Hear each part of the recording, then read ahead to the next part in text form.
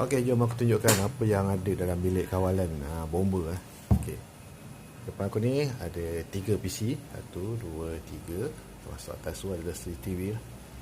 Okey, yang ni PC yang ni adalah untuk peta kawasan jagaan badan bomba dan penyelamat Seri Kembangan. Yang warna merah ni adalah kawasan jagaan Seri Kembangan. Ini adalah kawasan Puchong dan ini adalah kawasan Kajang dan bawah ni adalah Bangi. Jadi mana-mana panggilan kita akan pantau di sinilah untuk kita lihat kawasan tu kawasan Seri Kembangan ke ataupun Puchong.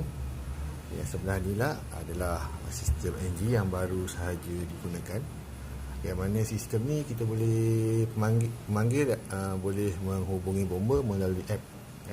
Dia sama macam sistem, lebih kurang macam sistem Grab, yang mana pemanggil tu boleh lihat pergerakan jentera bomba, dia sampai mana. Okey. Dan ini adalah sistem yang lama lah, sistem Lightcat, yang mana bila korang telefon 999, okey, panggilan tu akan masuk kat sini. Semua maklumat dia akan pergi kat sini lah. Okay, ini adalah sistem yang ada dalam bilik kawalan. Okey.